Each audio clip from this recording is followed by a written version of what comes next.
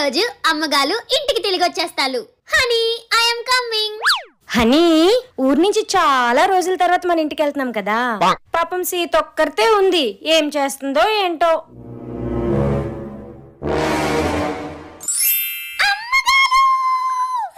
Sita